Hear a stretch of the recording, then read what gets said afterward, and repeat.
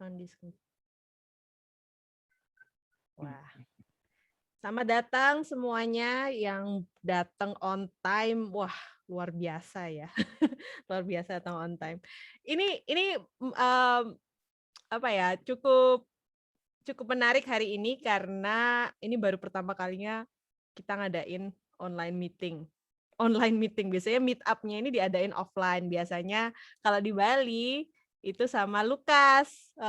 Lukas di sini adalah business development dari Paxful. Jadi biasanya kita suka join bikin meet up, kumpul-kumpul sama teman-teman yang pengen belajar tentang Bitcoin, pengen ngobrol-ngobrol soal Bitcoin. Jadi formatnya hari ini hampir sama sih kayak acara yang offline meet up ya. Jadi biasanya sih kita ada semacam membahas aja apa yang terjadi selama 1 bulan kemarin nih gitu. Terus mungkin teman-teman di sini mau diskusi, mau tanya-tanya, pengen mungkin ada pendapat yang lain, tahu berita yang lebih mendalam lagi. Nah, itu bisa kita diskusikan hari ini. Jadi kayaknya di sini bakal seru sih, ada Hansen juga, ada Lukas, ada Kinan ya, ada Mia, ada Budi. Jadi ya kita diskusi aja kalau gitu ya. Oke. Nah, jadi buat teman-teman yang mungkin barusan ikutan acara ini, jadi sekedar informasi, jadi kelas Bitcoin ini kita adalah komunitas edukasi Bitcoin. Kita bertujuan buat memperkenalkan kepada masyarakat tentang Bitcoin dan lebih kayak ya fokusnya kayak sebagai aset investasi jangka panjang gitu ya.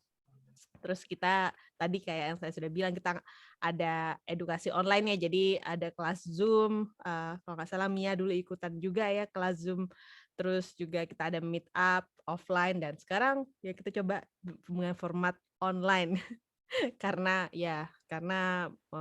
COVID lagi agak tinggi kasusnya, jadi lebih baik kita ngadain secara online aja dulu. Jadi buat teman-teman yang belum follow, kalau pengen dapat informasi lebih jauh tentang kelas Bitcoin, ada Instagram kelas Bitcoin, Twitter, Telegram ya. Kalau jadi nanti biasanya sering kita ngobrol-ngobrol di sini. Biasanya ada Hansen juga yang suka ngasih suka ngobrol juga di dalam Telegram, dan juga bisa ngecek websitenya kita yaitu kelasbitcoin.com. Oke. Sip. Jadi hari ini kita bakal ada dibagi jadi 4 segmen. Jadi yang segmen pertama tentang analisa, segmen yang kedua tentang berita ya, berita internasional, berita nasional juga. Terus sama yang terakhir ya mungkin ada update apa gitu dari kelas Bitcoin. Nah, alright. So jadi kita ngobrol yang pertama nih tentang analisa harga dulu. Deng. Ya hari ini. Siapa analisa harga siapa? Kalau gue yang penting DCA aja nggak peduli. Yang penting DCA aja ya. Ya paling yang menarik kalau buat aku sih momen-momen ini nih, momen yang orang-orang suka bilang death cross ya. Jadi aku baca-baca ada kalau pada saat moving average 200 bersebelahan dengan 50, biasanya orang-orang selalu panik kayak wah ini waktunya buat sell gitu. Tapi ya bakal jadi bear market ya. Tapi kalau kita lihat juga di ada beberapa kali kejadian death cross itu, kayak kejadian di sini nih ya sempet banget turun ya. Tapi ya kalau yang mengerti sih pada saat melihat momen-momen kayak kelihatannya bear gini, ya udah berarti ini waktunya yang sangat tepat buat beli. Kayak kata Hansen, buat DCA gitu ya. Jadi kalau kita lihat sih dari terakhir all time high-nya kan di sekitaran 60.000 ya, 66. Jadi sekarang itu kita lihat ya masih sekitar 40 berapa ini 48% lah dari all time high yang kemarin ya. Sayangnya di sini nggak ada Mas Kijang kripto. Biasanya nanti Iya dia tuh, penasaran ini ya dia kayak analisa teknik mulu. Terus. iya. Tapi dia nggak mau. Dia bilang saya pengennya anonim Kak gitu dia bilang. Ya udahlah Om. Padahal saya pengen Kijang Jantan ngobrol. kan anonim. Iya kejantan anonim. Makanya dia nggak mau. Padahal aku bilang datang aja kan biar kita bisa maksudnya paling nggak usah keluarin kamera gitu ngobrol aja. Tapi dia nggak mau. Ya udahlah. Tapi kita nanti mungkin Yang penting kalau ada teman-teman yang ikutan Telegram group biasanya nih sama si Kijang Jantan namanya. Dia paling suka ngelihat selain technical analysis juga dia ngelihat astrological chart gitu ya. Jadi kayak gimana siklus bulan, terus juga gimana posisi dari planet-planet itu memberikan efek terhadap harga Bitcoin. Jadi kayak astro trading itu udah lama juga sih, salah satu teknik trading yang digunakan oleh orang-orang dari zaman dulu gitu. So yeah, it's just interesting thing. So yeah, nothing really interesting, tapi kayak katanya Hansen, ya ini waktu yang paling tepat buat ini ya, buat DCA karena sekarang modelnya kayak sideways gitu ya. Ya mungkin bakal ya, turun. ya kalau Kalau turun ya beli lagi. kalau turun bilang. Tapi kalau nggak ada uangnya itu loh. Enggak, makanya kalau gue nyicil dikit-dikit, cuman kalau misalkan ternyata koreksinya lumayan dalam banget ya masukin lagi agak gede gitu. Ya pokoknya yang tahu tahu kemampuan masing-masing kan, diri masing-masing, pokoknya jangan kegedean aja. Kalau udah susah tidur malamnya berarti kegedean. Oh gitu. Kegedean anunya ya, kegedean masukin Masukin. ya. Kayak aduh, cicilan belum kebayar nih. Nah, itu bakal susah tidur. Nah, itu kegedean berarti. Sip. Oh ya teman-teman, saya juga invite ya buat nyalain kamera kalau memang pengen apa itu namanya ya melontarkan pendapat atau pertanyaan langsung aja, modelnya ini free flow, kita santai aja ya. So ya jadi paling nggak itu dari harga. Yang aku juga suka lihat itu adalah stock to flow.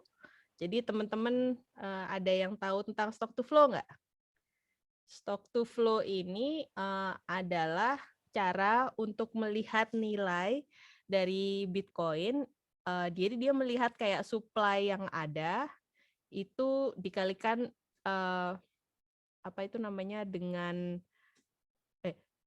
dengan pokoknya supply yang ada dan dikalikan berapa kira-kira nanti dengan harga sekarang itu akan menemukan rasio berapa gitu. Nah, jadi intinya dengan Bitcoin itu kan dia kan jumlahnya terbatas ya. Dia cuma ada 21 juta.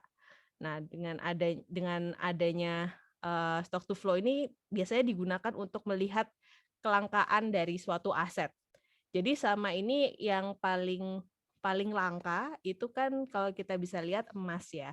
Karena supply dia keluarnya setiap saat terbatas. Jadi bisa diperkirakan kayak butuh berapa lama nih kalau apa itu misalkan kita mau menambahkan supply emas double gitu ya. Jadi itu ada hitungannya. Nah, kalau dengan menggunakan stock to flow ini kita juga bisa melihat kira-kira nih harga Bitcoin itu nanti ke depannya seperti apa. So far kadang agak overshoot, tapi most of the time dia modelnya hampir serupa deh, hampir serupa dengan chart ini ya. Jadi dia juga melihat berdasarkan Bitcoin itu kan dia supply-nya berkurang setiap 4 tahun sekali. Nah, jadi setiap 4 tahun sekali nanti pasti ada kelangkaan yang lebih tinggi lagi gitu. Nah, jadi kalau di sini masih agak keluar dari apa ini dari chartnya. tapi bisa dibilang cukup sama lah.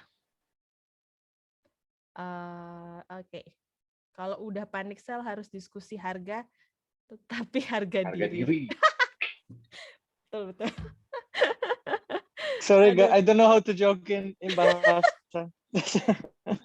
Oke kok.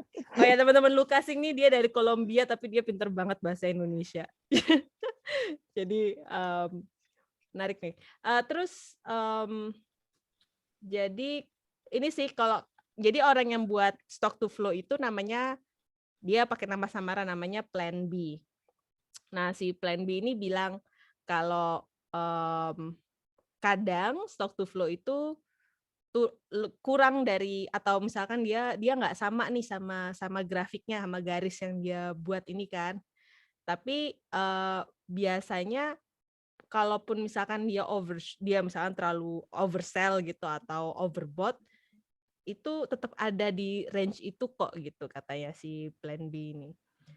Jadi dia melihat penurunan harga nih kayak yang dulu tahun 2019 pas Maret 2019, terus habis itu COVID, terus Elon Musk ya kan.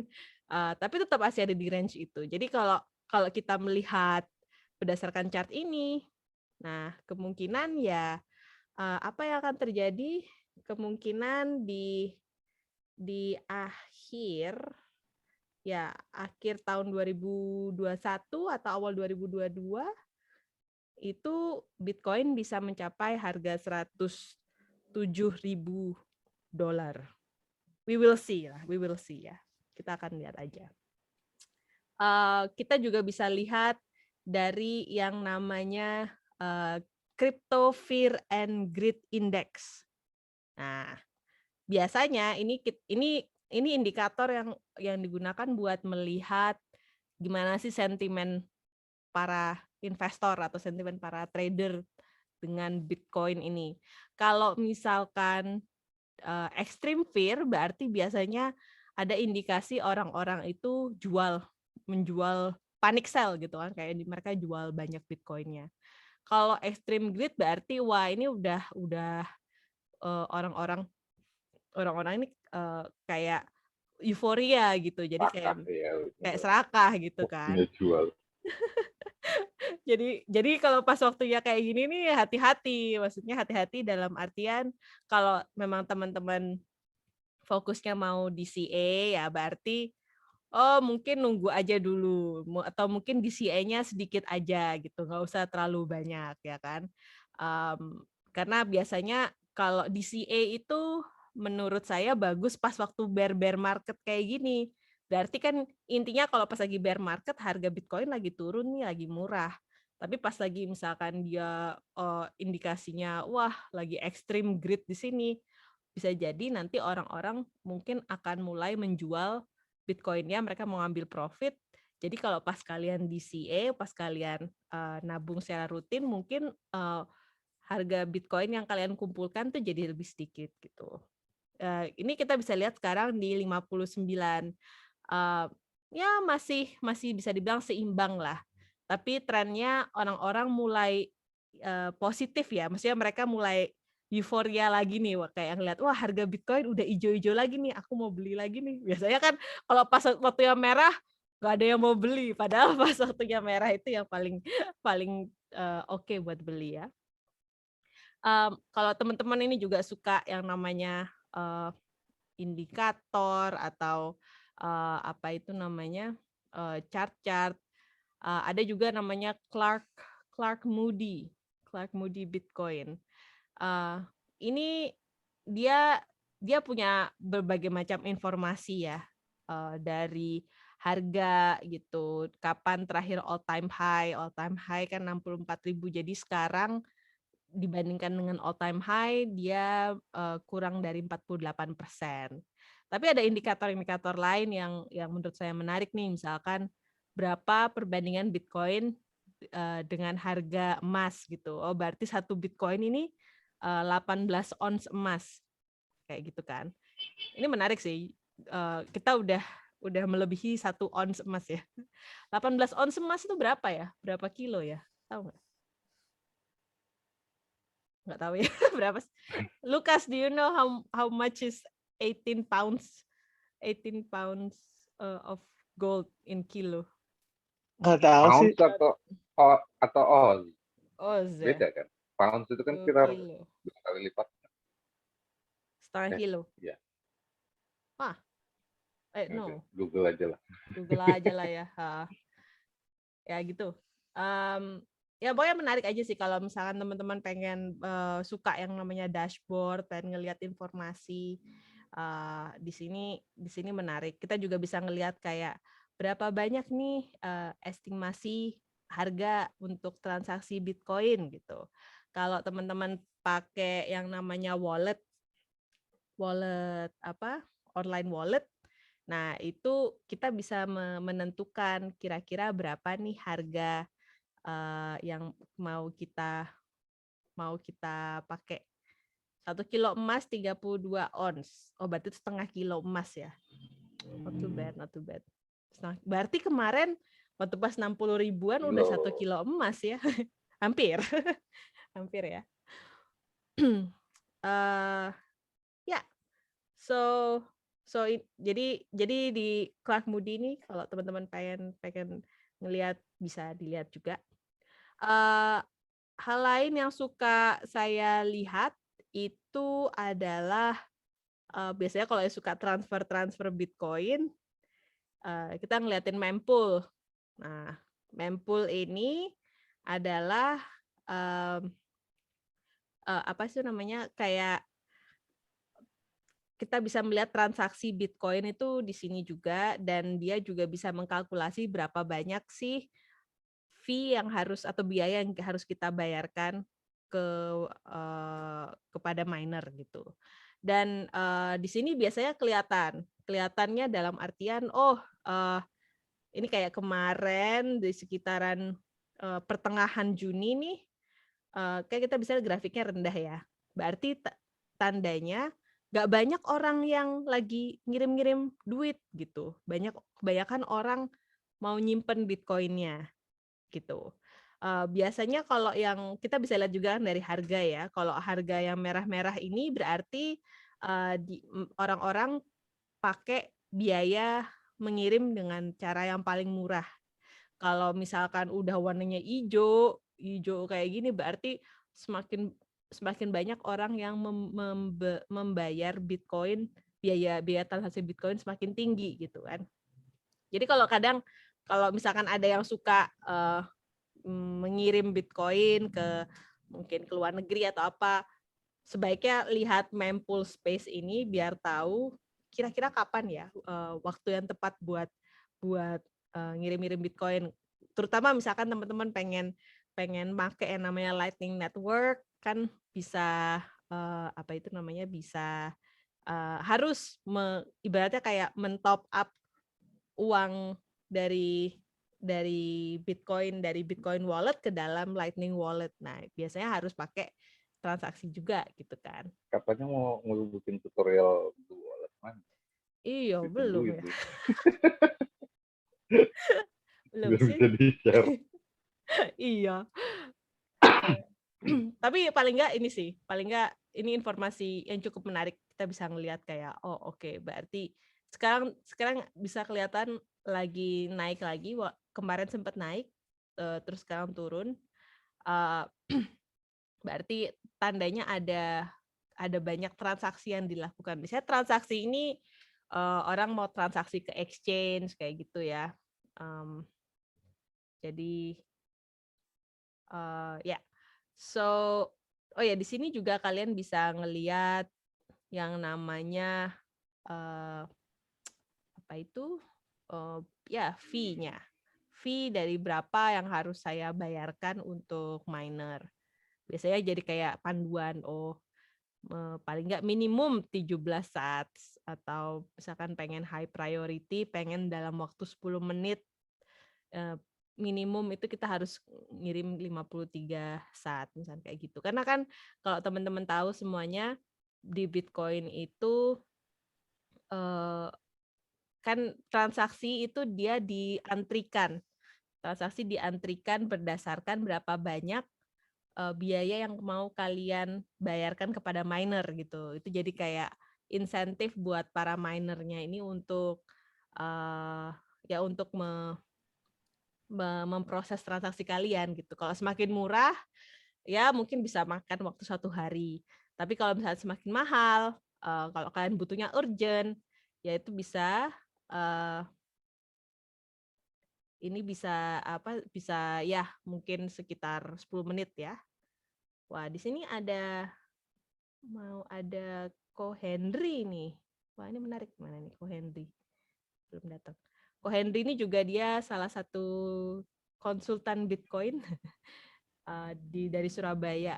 Dia juga edukator dari Bitcoin nih. Tapi nggak tahu dia di mana. Ntar dulu. Oke, so kembali, ya itulah mempool ya. Kita ngomongin soal mempool. Glassnode juga bagus. Nah, Glassnode sekarang. Glassnode. So, kalau kalian orang suka mempelajari soal pengen suka baca matriks, suka baca informasi, kalian bisa buka yang namanya Glassnode. Glassnode pun ini juga ada yang namanya newsletter. Jadi di sini on chain this week on chain newsletter ya. Jadi ada beberapa informasi yang menarik sih. Biasanya dari Glassnode ini kita melihat apa yang terjadi di dalam blockchain kayak gitu. Nah, kalau yang saya baca banyak sih informasinya.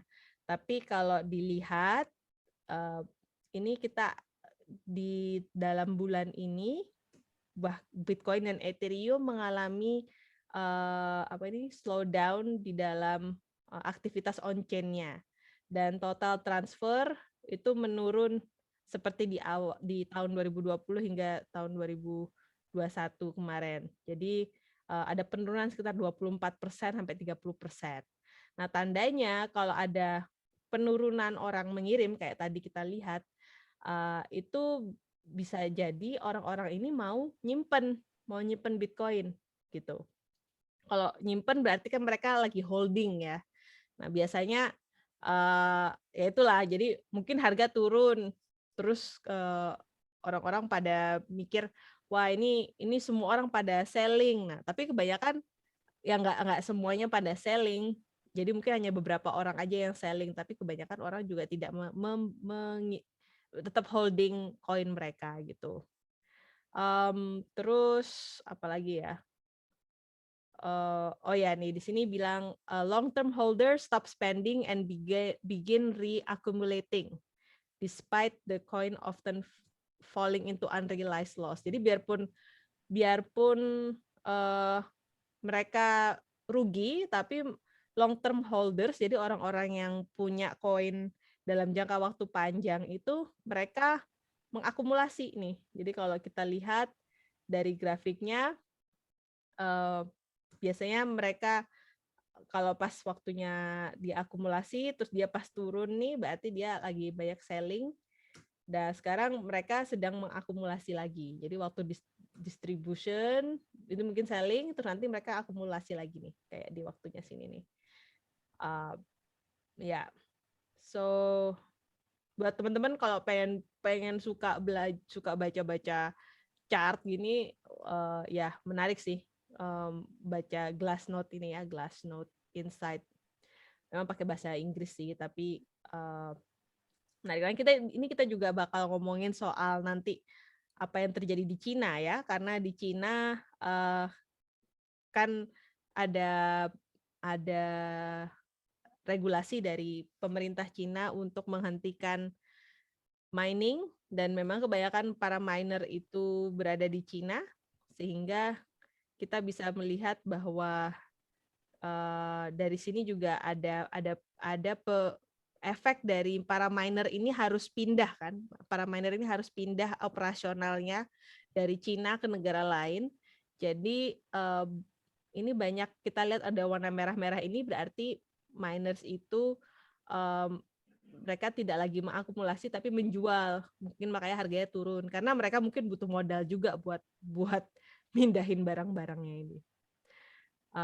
Ya, so itu untuk analisa. Nah, sekarang kita ngomongin soal berita nih, berita, ceng ceng, berita. Halo Zeref, ini siapa ya Zeref ini?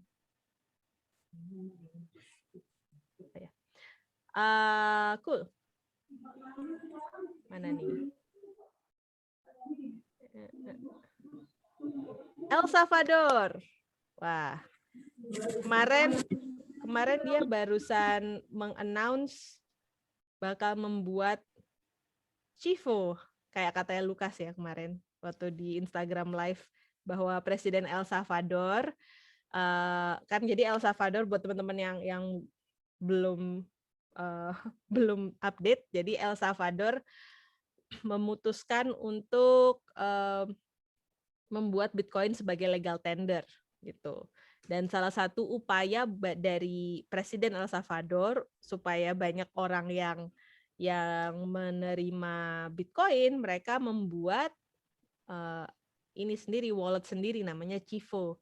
Dan orang-orang dikasih airdrop sebanyak $30 dalam bentuk bonus dalam Bitcoin.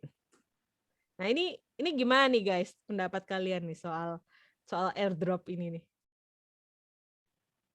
Terutama mungkin Lukas nih. Lukas, gimana Lukas? I think it's crazy, pretty cool. Maaf ya. Karena mata uang di El Salvador itu dolar ya, American dollar.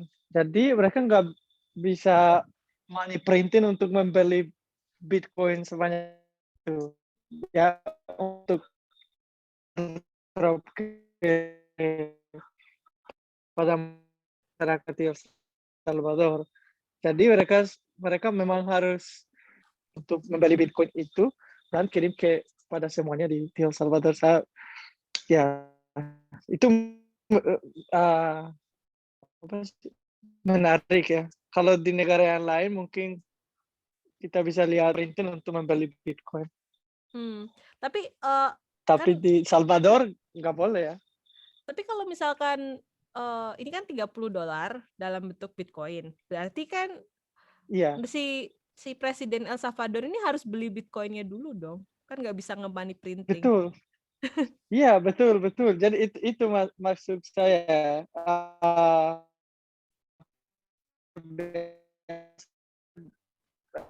Saya lihat itu mungkin hampir Bitcoin, something like that. Wow.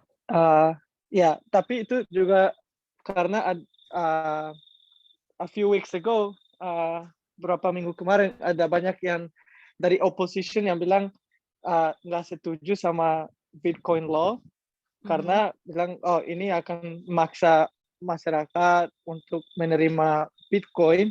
Gimana kalau mereka nggak mau diekspos ke volatility? Jadi they changed a lot of things and they made some good changes to explain. And jadi ada banyak dari opposition yang bilang jangan mengikut this Bitcoin law, jangan download wallet, jangan pakai Bitcoin. Tapi dengan airdrop ini, it's like a aggressive move. Jadi supaya banyak orang akan download wallet hanya dan registrasi dan KYC, karena harus KYC pakai video, Face ID, semuanya untuk menerima Bitcoin itu. Jadi saya pikir itu move yang pintar sih untuk banyak orang yang mungkin kalau nggak ada insentif seperti ini akan nggak, maybe it's not going to move as fast. But with this incentive position to talk against this. Tapi kita nggak tahu ya ini kayak Chivo ini apa itu namanya private keys-nya siapa yang megang kita belum tahu ya, atau yang megang kayaknya nggak dikasih ya, government ya. Yalah pastinya. Ya itu mungkin kurang Ya, bagus tapi ya. Tapi dia bilang kenapa?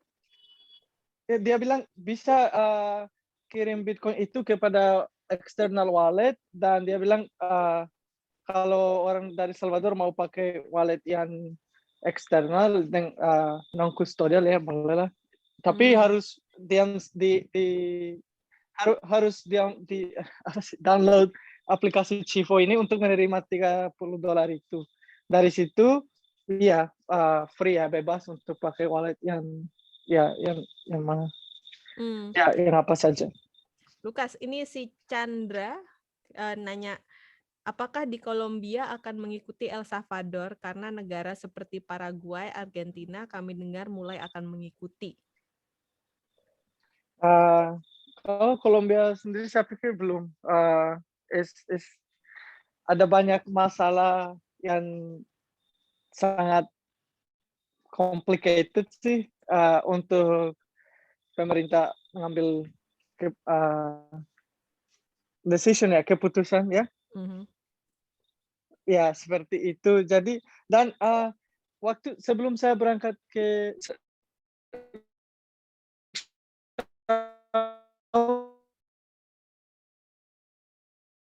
19 ada there's a law, is a project for law, tapi itu dari beberapa politicians yang how to say involved dengan MLM, shitcoin gitu.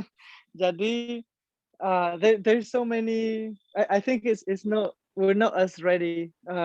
So if I can use English, sorry there. Iya, So apa-apa. yeah, the farther we have gotten with Bitcoin so far, it was very very shady, and so I think the people that are lobbying for Bitcoin are not as, the people that have the more power are not as honest in the government. They have other Intention. how to say, other motivations, I think, intentions, yeah. And then there's a guy that is being popular on Twitter right now.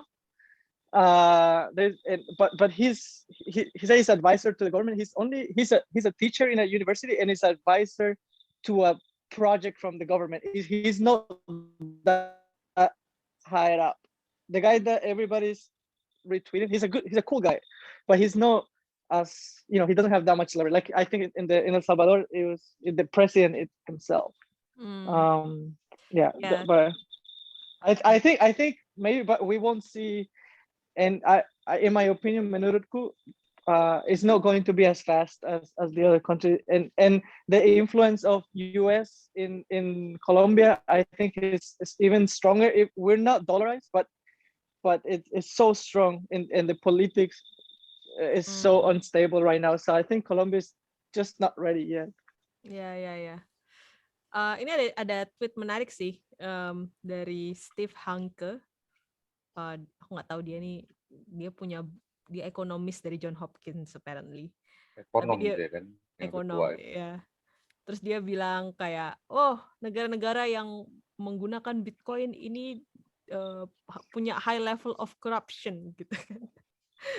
Tapi menariknya gini sih, kayak katanya Lukas gitu. Kalau misalkan El Salvador punya Bitcoin nih, kan tadi bilang orang-orang kalau mau pakai aplikasi walletnya Chivo tadi, kalau mereka mau ngirim ke wallet pribadi silahkan gitu kan. Negara nggak punya kontrol apa-apa sama wallet yang maksudnya sama uang yang ada dalam wallet pribadinya orang-orang ini gitu. Dan malah menurut saya sebenarnya dengan adanya dengan adanya Bitcoin ini malah bagus buat politik, karena akhirnya pemerintah tidak bisa mengatur uang, maksudnya memanipulasi uang gitu kan, mencetak lebih banyak uang, berbeda kayak di Amerika Serikat yang sekarang percetakan uangnya sampai 6 triliun gitu. So menurut kalian gimana? Menurut with this statement gitu, dengan statement ini, kalau negara-negara yang pengen pakai adopsi Bitcoin ini kebanyakan punya skor jelek sama korupsi gitu. Malah negara-negara yang korupsi dan otoriter ya China, Rusia, mereka yang nge-ban, maksudnya betul-betul melarang. Kalau nggak salah Rusia pun ada beritanya semua pejabat ada titiknya di mana nanti nggak boleh pegang kripto kan sama sekali. Tapi itu kayak karena mereka otoriter. Ya, tapi kan karena uang, ya maksudnya kalau uang yang digital yang mau dikeluarkan oleh bank sentral sekarang ini itu kan tetap aja kayak uang yang sama, uang yang Sama sama kalau itu, sekarang kalau kita kalau kalau pakai. intinya kalau mereka nggak bisa kontrol, jangan. Kalau mereka bisa kontrol, ya boleh. Makanya apa digital yuan itu ya pasti salah satu kenapa miner mungkin diusir dari China kan supaya gak ada saingan. Iya, betul banget, betul banget. So, what do you think, Lucas, as a Colombian, or like as people in Latin America, menurut kamu bagus nggak sih?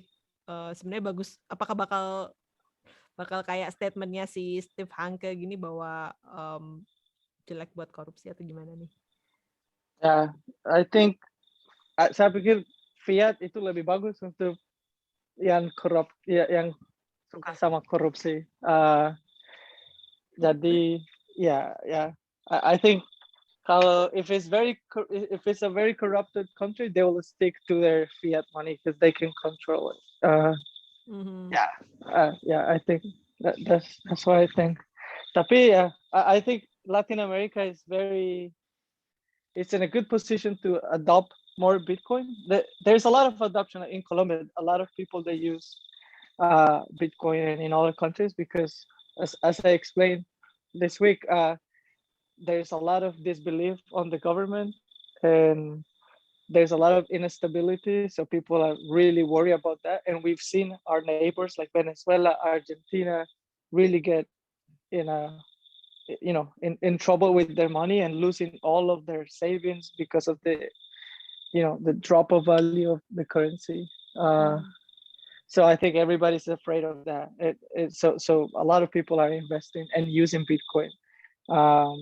So I think Latin America will see more adoption, but I think everybody's going to wait and see what happens in El Salvador first. And maybe some other politicians will try to copy fast just to get attention and a little bit of fame and clout on Twitter maybe. I think so too. Tapi nih kata kayak Chandra nih, ya uang fiat lebih gampang buat tracking, terus karena uang tunai paling bagus buat di money laundering. Iya. Ya betul. Kalau di Kolombia ada banyak dan di Latin Amerika ada banyak. Mungkin beberapa tahun yang lalu ada banyak orang yang pakai Bitcoin untuk black market, narkoba gitu. Tapi sekarang mereka udah lihat, oh ini tidak aman sih untuk ini, lebih bagus kalau tetap pakai fiat. Iya. Karena kalau so pakai I've seen that people realize that Bitcoin is not the way for that. Iya. Soalnya kalau pakai kayak uang fiat kan ya udah settlement-nya ya saat itu juga ya. Maksudnya kalau uang cash ya. Uang cash saat itu nggak begitu bisa di-track. Tapi kalau Bitcoin itu dia transaksinya masih terbuka, transaksinya secara terbuka di ledger gitu kan, di blockchain-nya Bitcoin kita bisa tahu nih bahwa ada alamat ini mengirimkan Bitcoin ke alamat mana. Jadi sebenarnya dia nggak 100% sebenarnya bagus buat money laundering juga sih, karena sebenarnya mungkin masih bisa di-track kalau orangnya tahu alamatnya ya. Tapi kita ngomongin soal El Salvador, masih tetap El Salvador nih, ada video menarik dari Vice. Mereka melihat bagaimana El Salvador ini digunakan di negara, bagaimana orang-orang menggunakan Bitcoin di negaranya ya. This is Milton Cabrera. He's a construction worker in El Zonte who gets paid in Bitcoin. And he says it's changed his life. Why do you like getting paid in Bitcoin? Lo prefiero porque igual de una manera u otra el Bitcoin, si lo recibo en cash, en mis manos, se gasta rápido. En cambio, si lo recibo en Bitcoin, puedo sacar lo que necesito y dejo aguardado un poco. En esa forma puedo mantenerme ahorrando y gastando lo necesario nada más. What do you use Bitcoin for normally in your life? Sí, igual lo podemos ocupar para pagar la electricidad, agua, igual poder comprar lo básico en la comida, en las tiendas, igual no tengo que estar viajando lejos, igual lo puedo hacer aquí en las tiendas, más fácil. Are you worried that you're going to lose all your money? Because tomorrow the price of Bitcoin could go to zero. Tal vez sí, pero igual en la forma de que uno ha conocido Bitcoin, se pone a estudiarlo, de tarde o temprano va a bajar, y tarde o temprano va a subir. Igual no tendría, sí entra un temor, pero igual si tiene paciencia uno esperando, puede subir y tal vez obtener ganancias.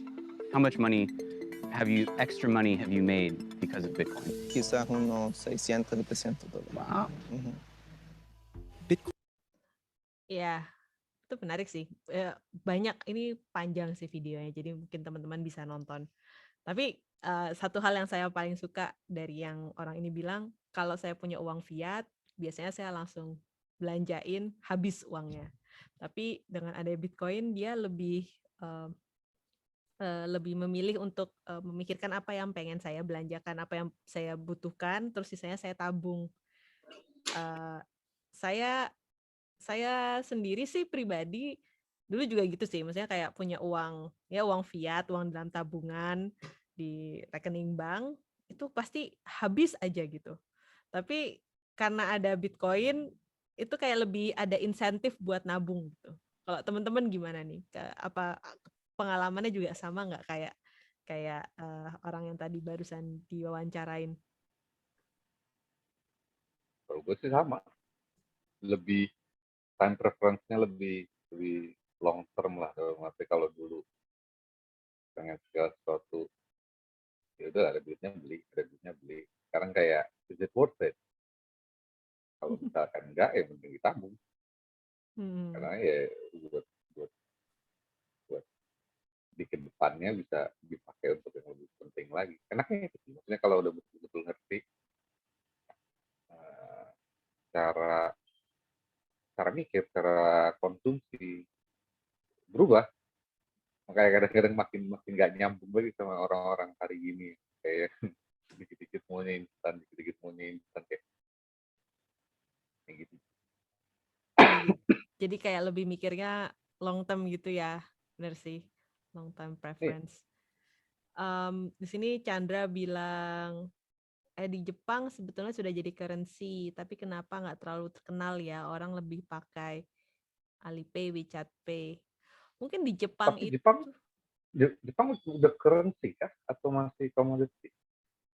Dulu saya pernah interview untuk podcast si Teruko itu kan ya, dia bilang sih itu diperbolehkan orang kalau mau menerima Bitcoin diperbolehkan, tapi yang bikin gak enaknya adalah setiap kali kalian melakukan transaksi itu pajaknya sebesar 20% apa gitu. Jadi orang itu akhirnya tidak punya insentif untuk mentransaksikan Bitcoin mereka. Karena mungkin udah ya rasanya kehilangan Bitcoin, terus juga yang kedua pajaknya tinggi. Dan menurut saya juga yang ada faktor ketiga sih, kayak orang-orang Jepang itu agak sedikit trauma sama Mt. Gox ya. Agak cuman Mt. Gox karena ada banyak exchange yang dihack di Jepang juga gitu. Jadi sebenarnya malah lebih ya buat mereka kurang begitu bisa adaptasi lah sama Bitcoin. Dan mungkin ini perbedaan antara negara berkembang kayak Indonesia atau El Salvador, negara-negara kecil gini dibandingkan dengan negara yang sudah maju ya. Karena kalau negara maju tuh kadang mau melakukan perubahan itu agak susah gitu, agak males gitu. Ya, apalagi orang Jepang ekonominya stagnan selama berapa puluh tahun itu semenjak yang apa krisis yang dulu tuh pas perbankannya Jepang yang anjlok gitu kan. Jadi ya buat mereka masih dalam ekonomi stagnation juga. Jadi ya kurang ada insentif buat menggunakan currency lain juga mungkin kali. Nah, tapi kalau yang lain apa mungkin ada mau sharing-sharing juga nih, kayak kalian apakah semenjak punya Bitcoin lebih suka nabung atau tetap aja pengen spending? Mungkin ada Chandra, ada Kinan, ada Budi nih. Mungkin bisa chat juga di bawah situ ya. Oke, selanjutnya kita juga akan bahas yang lain. Ini ada informasi menarik aja sih, kayak Bitcoin sekarang usernya hampir sama seperti internet di tahun 1997 dan kecepatannya growing-nya lebih tinggi, lebih cepat daripada internet. Kemarin saya sempat nonton ada dokumenter tentang Bitcoin gitu kan. Terus salah satu komentarnya dari dokumenternya, filmnya ini judulnya The Rise and Rise of Bitcoin. Jadi teman-teman kalau pengen penasaran cerita Bitcoin dari tahun ini film dokumenternya dibuat di tahun 2014, jadi agak lama tapi masih tetap relevan gitu sama sekarang. Dan di situ mereka mewawancarain salah satu ya Bitcoin enthusiast gitu. Terus dia bilang kayak, saya ini suka internet, saya tuh mengenal internet dari tahun 90-an. Dan dulu tuh saya tuh mau jelasin orang tentang internet tuh susah sekali. Oh, ini ada network, ada jaringan komputer, berbicara dengan jaringan komputer yang lain gitu kan. Tapi kita lihat sekarang, kayak semua orang udah tahu tentang internet gitu. Jadi kayak yang membuat saya tergelitik ya, maksudnya kayak wah mungkin sekarang kayaknya menjelaskan Bitcoin itu agak susah gitu, kayak oh ini adalah mata uang berbasiskan kriptografi, ada jaringannya yang terdesentralisasi, ada nodes-nya, gini. Tapi mungkin di 10 tahun lagi atau 20 tahun lagi Bitcoin ya udah ya kayak internet gitu. Kita nggak perlu menjelaskan apa itu internet, semua orang udah kayak oke, tahu itu internet gitu ya. Ya itu adalah jaringan di mana kita bisa berkoneksi gitu. Mungkin nanti Bitcoin bisa jadi ini adalah jaringan uang yang paling advance misalkan kayak gitu. I don't know, that's just my thought ya. Tapi Iya, gue menarik. juga ngebayangnya gitu. Kalau sekarang, apalagi dulu, pertanyaan orang, "Hah, lu punya Bitcoin?" Mungkin beberapa, ya 10 tahun lagi kayak 15 tahun lagi, pertanyaannya, "Hah, lu nggak punya Bitcoin?" Gitu kali. Soalnya kayak internet kan dulu kayak, atau medsos apalah, dulu kayaknya susah banget gitu ya. "Hah, lu ngapain pakai itu?" Sekarang semuanya harus pakai kayaknya. Iya, kayaknya malah jadi aneh ya kalau Makanya. orang nggak pakai internet gitu ya. Kayak wah, Iya. HP-nya masih HP jadul gitu. Jadi kayak sekarang masih pakai Fiat gitu. I don't know, maybe ya, maybe. Tapi intinya kita tuh sekarang berada di dalam posisi yang ya kayak orang-orang yang mengenal internet di tahun 90-an ya. Bitcoin mungkin jadi alternatif uang karena evolusi uang, tapi blockchain mungkin lebih ke internetnya. Mungkin.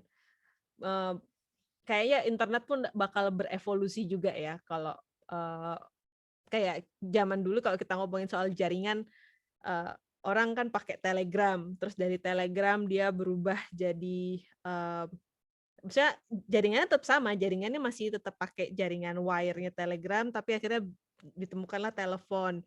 Jaringannya ini akhirnya diperbaharui, diperbanyak gitu kan. Terus setelah adanya telepon, ada televisi, terus sekarang ada internet. tapi jaringannya tetap sama. Jadi mungkin nanti internet juga bakal berubah. Mungkin blockchain itu adalah suatu hal yang juga ya bisa dipergunakan. Mungkin ada hal-hal baru lainnya yang mana internet itu sudah tidak bisa lagi, mungkin orang tidak bisa mensensor semua hal itu ada di dalam blockchain, mungkin seperti itu, I don't know. Tapi paling nggak mungkin teman-teman tahu ada yang namanya unstoppable domain nggak? Unstoppable domain. Jadi Udah beli beberapa. udah tahu, udah beli. Udah. Wah ya, ini menarik sih karena ini kalau yang punya website, jadi ini linknya kalian yang pegang gitu kan, jadi nggak bisa di apa itu namanya, kan sekarang kalau kayak kita punya domain nih, domain itu mungkin masih bisa dimatikan ya, maksudnya kalau ya kita anggaplah aja kayak beberapa setahun yang lalu yang ada cerita di Amerika Serikat ada website namanya Parler, jadi dia website kayak right wing gitu, garis kanan gitu, terus websitenya dimatiin server dari domainnya dan segala macam, jadi censorship itu masih bisa terjadi. Nah, kalau unstoppable domain selain dia memudahkan kita kalau yang namanya mau mengirimkan misalnya mau melakukan transaksi kripto gitu, kita bisa buat alamat linknya, misalkan Dea@crypto atau Lucas@crypto kayak gitu kan. Tapi juga kita memiliki domainnya ini, jadi nggak bisa nggak bisa disensor gitu. Kalau gue beli beberapa domain .crypto, siapa tahu begitu udah mulai rame Web3 ini kan, begitu orang banyak nyari domain ya dijualin. Alin. Oh, dasar bandar ini. Ya siapa tahu. Siapa tahu ya. Oke, sip. Oke, kita lanjut. Oh ya, buat teman-teman, bulan ini adalah bulan di mana Bitcoin akan di-upgrade. Sebenarnya upgrade-nya akan terjadi di bulan November. November ya, tapi buat yang mungkin belum tahu, jadi yang namanya Bitcoin ini kan dia adalah software yang terbuka ya, dia open source. Jadi yang namanya software tetap ada yang namanya updatean. Nah, salah satu updatean yang terbaru yang akan dilakukan itu namanya Taproot. Intinya sih ini akan membuat Bitcoin itu lebih private, dan juga dia akan membuat Bitcoin ini bisa jadi kayak Ethereum gitu, yang mana dia bisa buat smart contract di dalam Bitcoin itu sendiri. Jadi lebih advance lagi lah gitu intinya. Yang menarik sih waktu pas selama proses untuk mengupdate-nya ini kan diperlukan konsensus ya. Jadi karena Bitcoin ini kan nggak ada perusahaannya, dia bukan perusahaan. Oh ada tim developer, ada bosnya bilang ke tim developer buat terus langsung dieksekut, kan nggak kayak gitu, karena Bitcoin ini dia sifatnya terbuka, jadi semua orang yang menggunakan Bitcoin ini harus setuju kalau memang ada upgrade-an, ada update-an gitu. Jadi selama sekitar sebulanan kemarin Bitcoin ini melakukan yang namanya speedy trial. Jadi mereka mencoba kayak ibaratnya voting dengan para miners nih. Jadi tanyain dulu para minersnya, karena miners yang akan mengaktifasi dulu program atau mengupdate dulu programnya mereka. Jadi mereka mau nanyain kira-kira setuju nggak gitu kalau misalkan kita mau upgrade dengan ada fungsi Taproot ini gitu. Dan sudah ada beberapa kali ibaratnya beberapa kali voting. Jadi mereka harus memenuhi hampir 90% nih, 90% seluruh miner di dunia ini harus setuju. Kan susah ya. Maksudnya di Indonesia aja kadang pemilu berbulan-bulan nggak selesai ini, banyak sengketanya juga tuh. 90% ya itu lumayan banyak orang yang harus setuju. Nah, tapi pada akhirnya goal itu tercapai sih. Dan Taproot akan di-update di bulan November nanti. Jadi kalau teman-teman pengen baca, mungkin bisa baca artikelnya ini ya tentang Taproot Activation, tapi pada dasarnya ini akan membuat Bitcoin jadi semakin menarik lah, karena banyak orang yang bilang, oh Bitcoin itu agak berbeda sama koin-koin yang lain. Koin-koin yang lain bisa ada smart contract-nya, lebih private dan segala macam. Dan dengan adanya Taproot ini, Bitcoin bisa menjadi apa yang koin-koin yang lain inginkan gitu kan ya. Itu Taproot. Terus, oh ya, nah, jeng-jeng, Bitcoin mining. Ini yang mungkin juga mendrive harga tuh jadi turun. Seperti yang saya tadi sudah bilang bahwa di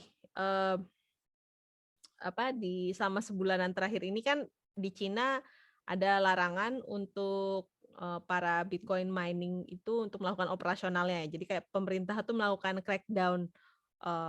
Karena kebanyakan orang-orang yang melakukan Bitcoin mining ini mereka selalu berpindah-pindah tempat juga sih. Mereka yang di Cina itu kadang di satu tempat pakai kontainer nanti pindah ke tempat lain gitu. Nah, tapi karena ada regulasi baru ini dan ya kita tahu sendiri kan kayak pemerintah dari Cina itu bisa cukup strict ya. Nah, jadi mereka akhirnya memutuskan untuk keluar dari Cina. Jadi banyak Bitcoin miner ini yang awalnya tinggal di Cina, sekarang mereka ke Kazakhstan, ada yang ke Amerika gitu. Jadi ini kayak Bitcoin mining farm-nya pada kosong. Jadi ada artikel juga kayak apa sih apa itu namanya dampak dari Bitcoin miner ini keluar dari Cina gitu. Ini artikelnya ini kayak menjelaskan tentang ya dari signifikansi dari harga ya, harga jadi kayak para miner itu akhirnya menjual beberapa reserve Bitcoin mereka. Kan mereka kan miner kan mendapatkan insentif ya dengan memproses proses matematika yang kompleks dalam bentuk untuk mengamankan jaringannya Bitcoin itu mereka akhirnya bisa mendapatkan yang namanya insentif berupa Bitcoin baru. Nah, biasanya kadang Bitcoin miner ini entah mau menjual koin-koin barunya itu ke exchange, ke bursa kripto, atau mereka jual ya misalnya atau mereka simpan sendiri ya maksudnya gitu. Nah, jadi yang kalau dilihat dari artikelnya ini sih ada banyak koin yang lagi dijual sekarang karena mungkin mereka butuh biaya buat keluar dari Cina gitu, karena ya bayangkan kayak mungkin ada kontainer banyak gitu, ada ratusan kontainer yang isinya mesin ASIC, mesin yang bisa memproses memproses algoritmanya ini, dan mereka harus memindahkan itu semua ke negara lain. Tapi yang menariknya adalah dengan adanya ini, berarti kalau orang-orang bilang bahwa Bitcoin itu dikontrol oleh Cina, wah itu udah salah, karena sekarang para miner udah keluar dari Cina gitu. Jadi udah Bitcoin nggak bisa dikontrol. Yang bilang have power banyak di Cina udah nggak laku. Nanti pasti adalah part baru pasti. Nah, long term it's a good thing kok. Long term is a good thing, benar-benar. Dan ini akhirnya membuat Bitcoin jadi lebih tersebar kan, karena orang-orang takutnya wah kalau misalkan Bitcoin tersentralisasi di Cina, terus nanti pemerintah Cina mungkin melarang Bitcoin atau mengontrol perusahaan-perusahaannya itu gitu kan, banyak orang yang takut ada kontrol ini. Tapi kalau misalkan ternyata sekarang mereka semua pada keluar dari Cina, ya otomatis ya VAT itu mungkin bisa dipatahkan jadi basi ya. Iya. Oke. So oh ya, terus sama yang terakhir ada cerita founder crypto investment di South Africa. Jadi ada dua CEO-nya ini dilaporkan menghilang beserta dengan 2,3 miliar Bitcoin yang dimiliki oleh para klien mereka. Ya ini scam ya. Jadi kayak hati-hati aja sih kayak teman-teman. Makanya ini sebenarnya tergantung dari kebutuhan masing-masing ya. Kalau misalkan kalian butuhnya, memang pengen trading, pengen duitnya itu kayak diputar cepet ke fiat atau ke dalam bentuk koin lain, ya mungkin sebaiknya ditaruh di dalam exchange gitu. Tapi kalau misalkan kalian investasi goalnya itu pengen supaya memiliki Bitcoin, punya ya kalian tahu kalau itu adalah milik kalian, ya itu harus disimpan sendiri gitu, disimpan dalam wallet pribadi, entah itu dalam bentuk hardware wallet atau hot wallet. Yang penting ada private keys-nya, ada seed phrase-nya. Ya nanti seperti yang kata Hansen, harusnya saya bikin tutorial Blue Wallet tapi belum saya buat juga. Sebentar, segera ya. Mungkin biasanya sih saya selalu informasi pada saat kelas Zoom sih, tapi ya mungkin harus ada informasi yang bisa diakses kapan saja, benar sih. Ya, itu dan kita bentar lagi mau selesai sih. Ini berita nasional yang menarik, yang ada kasus PT Asabri yang money laundering pakai Bitcoin. Ini menarik sih ceritanya. Jadi ada ya intinya ada kasus korupsi yang dilakukan oleh perusahaan orang yang namanya PT Asabri ini, dan mereka itu menggunakan Bitcoin untuk ya intinya untuk money laundering pakai platformnya Indodax. Dan si orang yang siapa ini tersangkanya itu mereka kayak pakai nomini atau pakai akun atas nama orang lain, dan mereka ya memasukkan uang yang di money laundering ke dalam bentuk Bitcoin, terus habis itu mereka kirimkan ke wallet pribadi. Jadi ceritanya yang setahu saya sekarang intinya pemerintah masih belum bisa mengambil uangnya itu karena ya sudah di wallet pribadi ya. Mungkin mereka juga bilang belum bisa diambil, atau soalnya kemarin baca beritanya katanya Kejagung tidak dapat membuktikan. Cuman kan sebenarnya itu dia, kalau misalkan dia pakai Indodax kan tinggal lihat dikirim ke wallet mana waktu withdrawalnya, habis itu follow the trail aja, follow the money. Itu kok itunya catatannya. Iya sih. Kayak antara dibuat-buat karena I do not approve money laundering, jadi ya harus ketangkep juga. Cuman jangan lempar ke Bitcoin kalau ternyata bukan, tapi kalau ternyata iya, sebenarnya nggak susah nge-tracknya.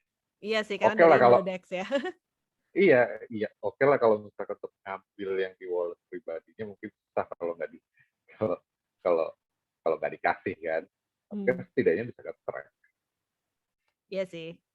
Tapi ini malah kan akhirnya jadi kayak CEO Indodax ini kan akhirnya keseret juga ya.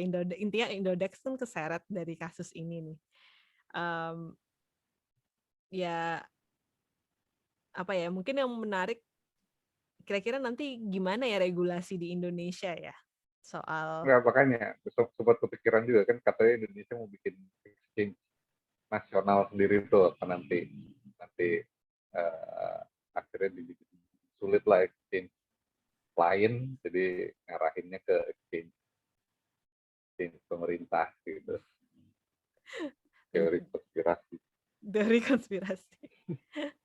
Terus nggak bisa, uangnya hanya boleh dijual ke dalam bentuk rupiah tapi nggak boleh dikirim. Jadi itu ya sih.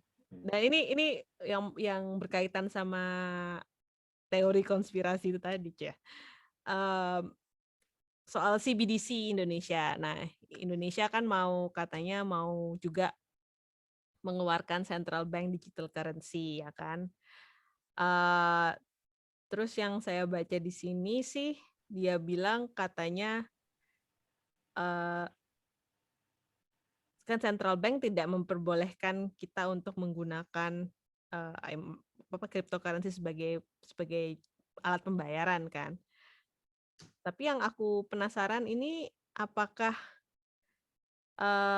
dengan adanya CBDC ini orang nggak boleh beli kripto kah atau gimana ini? Aku juga masih belum paham sih yang ini. Balik saya intinya masih agak ambigu. Tapi kalau yang saya lihat ya, mungkin Bank Indonesia punya kepentingan yang berbeda, Bapepti punya kepentingan berbeda gitu. Jadi bahkan departemen-departemen di Indonesia ini nggak saling akur gitu ya, nggak akur, punya kepentingan masing-masing.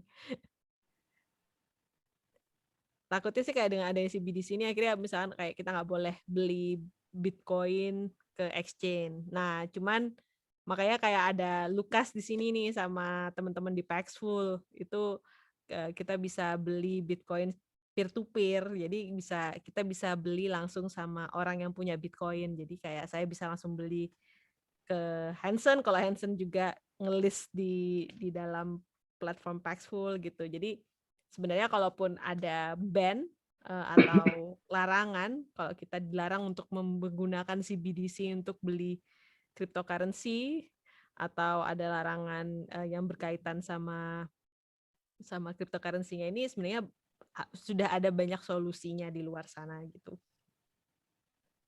Tapi memang kita harus edukasi betul-betul sih. Maksudnya gampang nge-ban kripto dan lain-lain kalau mayoritas mendengar narasinya kripto itu cuma buat teroris, uang dan lain-lain.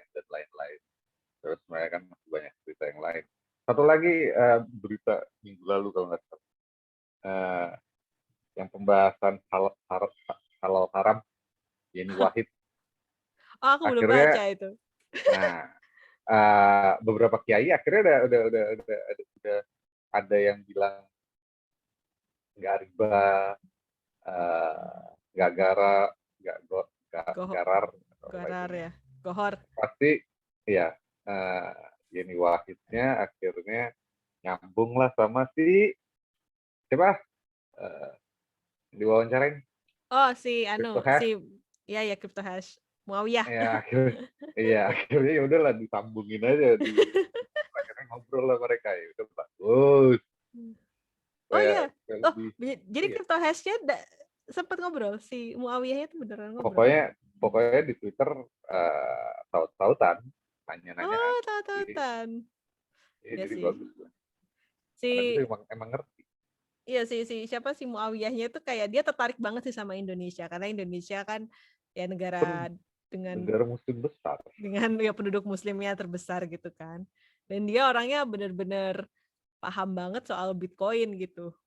Agak komputer geek sih dia, mungkin lebih kayak komputer geek daripada ulama. Tapi karena ada dasar komputer itu dia gampang ngekliknya. Itu aja. Untuk orang yang ngerti komputer aja kadang-kadang nggak gampangnya nangkep Bitcoin itu gimana, apalagi orang yang nggak ngerti sama sekali. Konsepnya betul-betul asing. Iya. Ya buat teman-teman juga yang pengen nonton nih, yang saya kayak wawancara saya sama Muawiyah itu juga kemarin dibantu translate kan pakai bahasa Indonesia sama Hansen juga. Jadi nanti bisa ngecek di YouTube, di YouTube saya yang ini nih dengan My Bitcoin Story. So there's someone who there's a third pokoknya video yang itu udah gue lempar in the market, so you need that. Sama ke guru besar ekonomi syariah Unpad. Oh iya. Iya. Wah, terima kasih sih. Tapi memang ini pembicaraan yang apa ya? Yang maksudnya masih banyak perdebatan gitu ya. Agak susah. Iya, nggak apa-apa untuk diskusi. Tapi kalau diskusinya nggak punya info yang cukup lengkap, cuma dengar narasi sepihak, ya diskusinya nggak maju-maju di situ aja, makanya akhirnya lemparlah videonya ke sini, lemparlah ke sini. Kira-kira pendapat gimana ya Bu? Gitu. Ya, akhirnya ditonton. Bagus lah. Bagus. Terima kasih. Oke, so kita sampai hampir di penghujung acara nih, penghujung acara. Jadi kalau yang terbaru, kalau informasi terbaru dari kami, dari kelas Bitcoin, kita mulai ada blog section di kelasbitcoin.com. Jadi ya dalam beberapa waktu ke depan sih nanti bakal lebih banyak blog-blognya lagi. Saya Kinan di sini juga akan menuliskan informasi di dalam blog kelas Bitcoin. Kebanyakan juga adalah artikel terjemahan ya, karena sebenarnya banyak banget konten yang bagus di luar sana, tapi ya dalam bahasa Inggris gitu, dan kadang agak susah untuk dicerna kalau apalagi kadang kan bahasannya berbobot ya, mungkin kayak kebijakan moneter, fiskal dan segala macam. Cuman menarik, jadi kita rencananya juga bakal berusaha untuk menerjemahkan artikel-artikel yang sudah ada. Jadi daripada kita memproduksi baru lagi, jadi kayak kita menerjemahkannya aja. Dan di sini saya juga mau mengundang teman-teman sekalian kalau memang punya passion untuk menulis gitu, atau pengen ya pengen sharing soal Bitcoin, bisa kirim artikelnya ke halo@kelasbitcoin ya. Kirim artikel ke halo@kelasbitcoin. Nanti kita akan taruh di website sini gitu. Biar membantu teman-teman semuanya juga untuk memahami tentang Bitcoin. Terus kita Tapi juga yang apa ini? Kalau beli cold wallet, bagaimana ya yang safe hingga sampai di rumah? Ini susah gampang ya. Karena cold wallet, setahu saya di Indonesia ada yang kita bisa beli langsung dari providernya, ya kan? Kayak Trezor, kayak Ledger, itu mereka bisa ngirim ke mana? Ke rumah. Sebenarnya paling bagus adalah langsung beli dari website-nya ya. Jadi kayak di misalkan Trezor Wallet,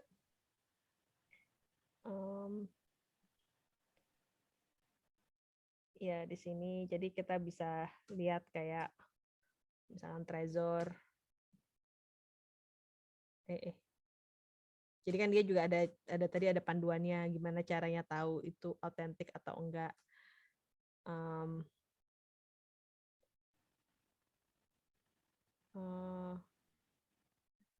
Bisa beli ya di sini, shop ya. Ya bisa beli di sini kan. Tapi yang harus diperhatikan itu juga data kita ya. Karena kemarin sempat ada kasus, terutama Ledger. Ledger itu dia, ini ada country-nya di Indonesia gitu. 2-7 business days. Lumayan sih. Jadi kita bisa beli ke Indonesia, bisa sih ini. Continue. Nah, ini bisa masukin billingnya langsung.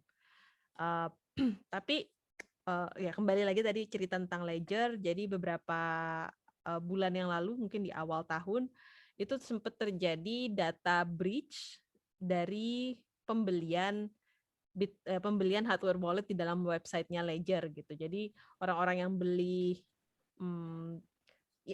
Bitcoinnya sih aman aja ya. Cuman yang hacker ini bisa mengakses data-data orang yang beli produknya Ledger melalui websitenya ledger.com itu.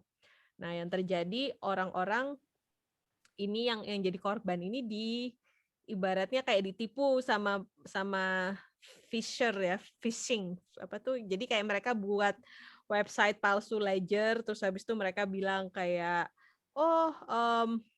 Ledger kalian, misalnya Ledger Anda ya terancam atau ada orang yang berusaha menghack ledger gitu, segera ganti password dan masukkan seed phrase-nya.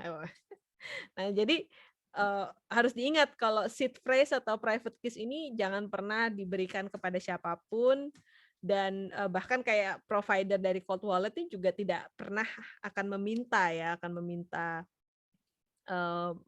seed phrase ini. Dan kebanyakan orang-orang yang jadi korban adalah karena masalah psikologis juga gitu, kayak takut, ya ini pasti ada hacker dan segala macam.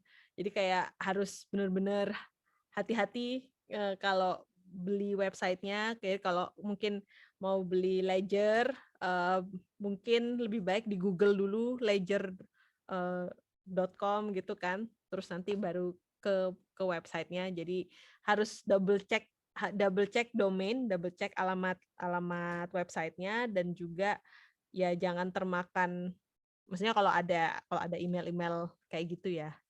Saya kadang suka juga dapat kayak email-email dari website yang berpura-pura jadi akun exchange gitu, bilang ada suspicious login, tapi setelah saya lihat lagi di alamatnya, ternyata bukan dari exchange tersebut, tapi dari alamat lain gitu. Jadi ya, yang apalagi di masa-masa sekarang yang mana harga kripto lagi naik semua, ya scammer juga tidak akan tidur, mereka juga akan mencari cara untuk mendapatkan keuntungannya, samalah kayak dari yang lain juga gitu ya.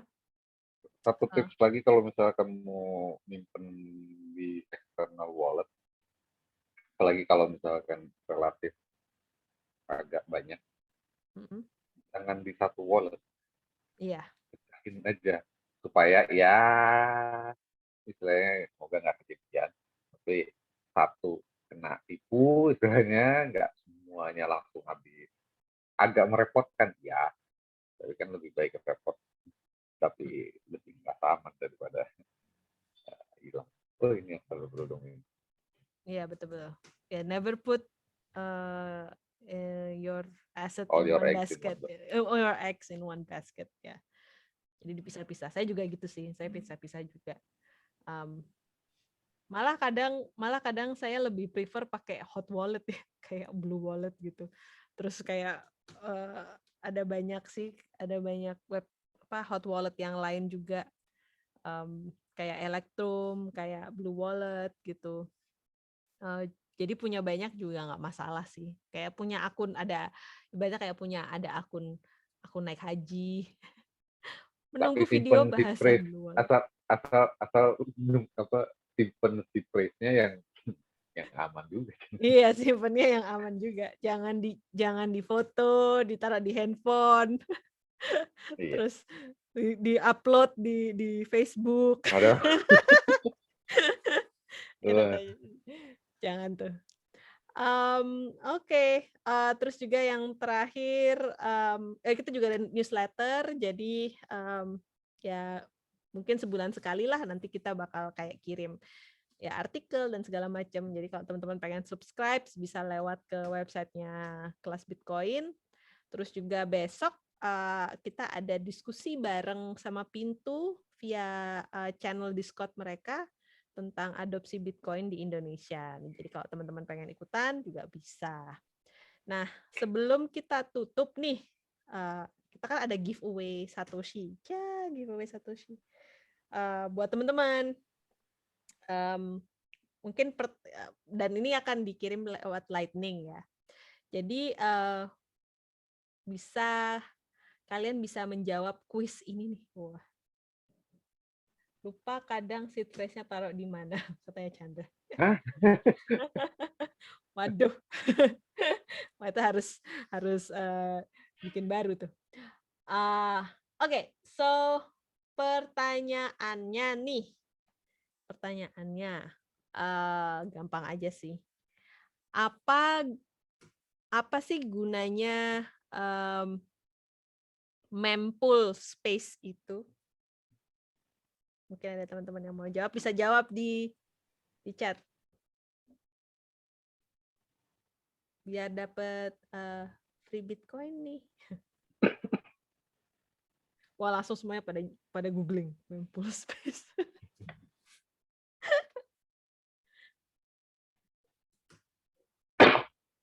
Hah? Kalau Twitternya Bitcoin udah bisa ini nggak sih apa Twitter Space Kenapa? Twitter Space yang kayak Clubhouse Kayak Clubhouse. Oh iya, harusnya bisa sih. Belum nyoba ya. harus ini dulu kalau nggak salah harus apply dulu. Soalnya kayaknya banyak juga yang pakai Twitter Space sih. Kemarin aja yang di Nick Carter ngobrol sama Presiden El Nayib Bukele Salvador ya. kan akhirnya lewat Twitter Space.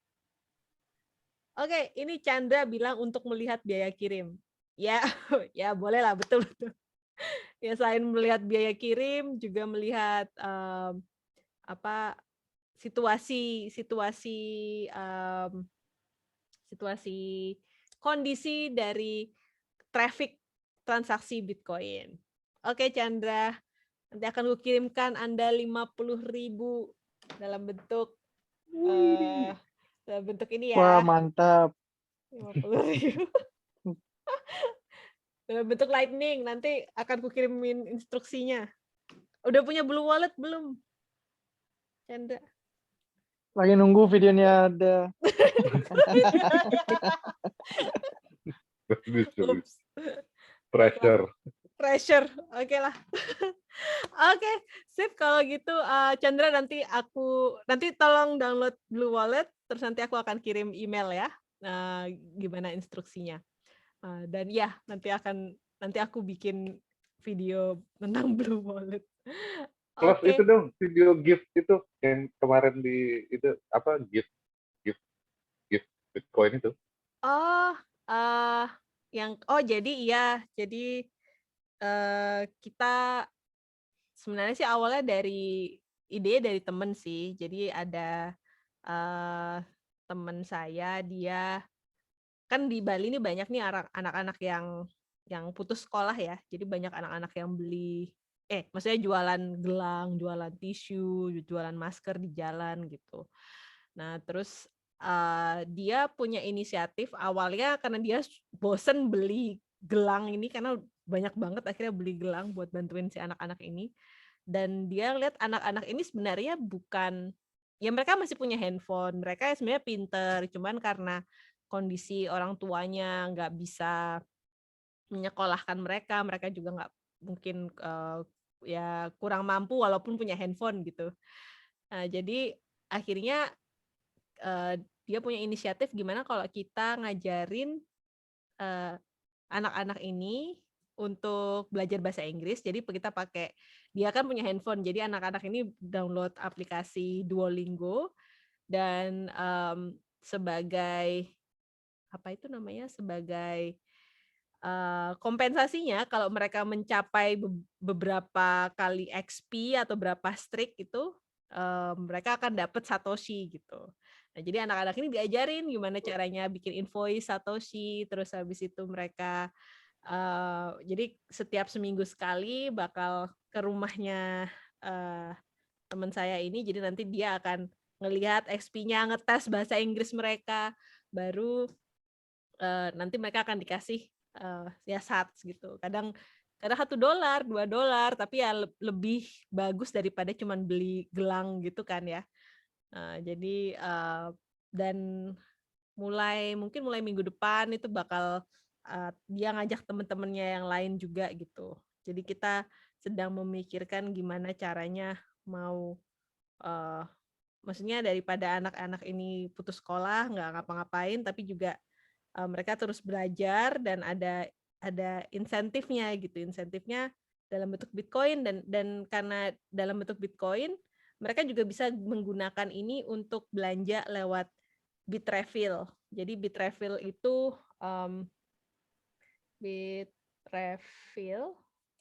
dia website untuk jual beli gift card sebenarnya. Jadi kita bisa beli misalkan gift card apa ya? Coba kita lihat browse produk. Ini di Indonesia ada ada gift card Tokopedia, ada gift card Telkomsel gitu, ada gift card Alfamart. Jadi mereka bisa beli, misalnya mereka punya uang 200.000, mereka bisa beli gift cardnya Alfamart, terus nanti dari Alfamart bisa belanja di Alfamart gitu kan. Ya, it's a way lah, it's a way for them to learn about Bitcoin. Tapi juga si anak ini dia udah ngumpulin hampir 200.000 sih. Lumayan ya daripada cuman kadang kan kalau jualan gelang kadang nggak sampai sebanyak itu juga gitu. Ya, we will see. Nanti kalau ada informasi lebih lanjut gimana bisa kalau ada yang pengen support dan segala macam, ini kita masih bikin konsepnya biar lebih rapi gitu ya. Terus jadi mungkin kalau teman-teman pengen berpartisipasi juga nanti akan informasi lebih lanjut gitu. Oke, siap. Ini ternyata kita kelebihan setengah jam. Mohon maaf teman-teman semuanya. Tapi saya harap informasi hari ini cukup menghibur dan membuka wawasan. Pengennya sih setiap akhir bulan ya kita ngadain meet up gini, entah mau bentuknya offline atau online. Kadang kayak enaknya kayak online gini bisa ketemuan sama Hansen juga gitu kan, bisa Kinan juga bisa ikutan. Offline jauh. Offline jauh banget soalnya. Mungkin soon mungkin suatu saat nanti ya. Kalau begitu saya undur diri dulu. Terima kasih banyak teman-teman dan tetap stacking set, tetap semangat biarpun lagi bear market. Sayonara semuanya. Xie, terima Thank kasih. you. Ya. Matur nuwun, monggo. Matur nuwun, nggih. Monggo. Yuk. Monggo.